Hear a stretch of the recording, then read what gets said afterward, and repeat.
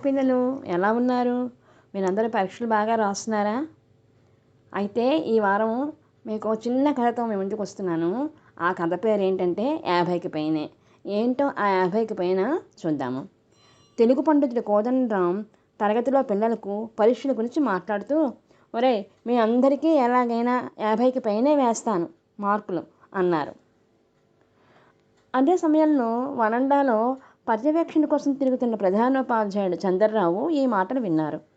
అందరికీ 50కి పైనే వేస్తానంటున్నాడు ఈయన, ఇందులో విచిత్రం ఏదో ఉంటుంది అనుకుని ఒక వారగా నిలబడి చూస్తున్నారు.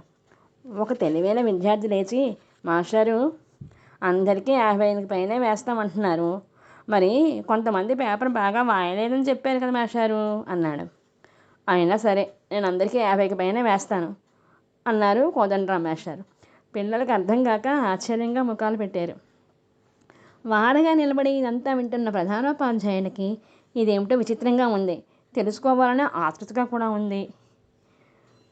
అప్పుడు కోదండరాం మాస్టారు, ఒరే, మీ పేపర్ ఎన్ని మార్కులు దిద్దుతానరా చెప్పండి అన్నాడు. అందులో త్రిమూర్తినాయుడు అనే అబ్బాయి, మాస్టారు 50 మార్కులు కదండి అని జవాబిచ్చాడు.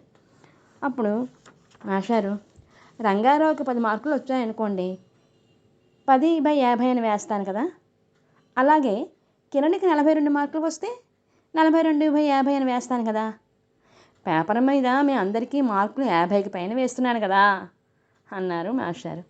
ఈసారి పిల్లలందరూ విషయం అర్థమై గొల్లని నవ్వారు. అందరికీ 50 పైన వేయడం అంటే ఏమిటో తెలుసుకున్న ప్రధానోపాధ్యాయుడు తన తెలుగు ఉపాధ్యాయుని చమత్కారపు సంభాషణకు నవ్వుకుంటూ ఆయన ముందుకు సాగారు. పిల్లలందరూ కూడా చాలా సంతోషించారు. ఇదండి కథ. మరి మీ అందరికీ కూడా 50కి పైనే కదా మార్కులు వస్తున్నాయి. సరే, బాయ్. వచ్చే వారం మరో కథతో మీ ముందు ఉంటాను.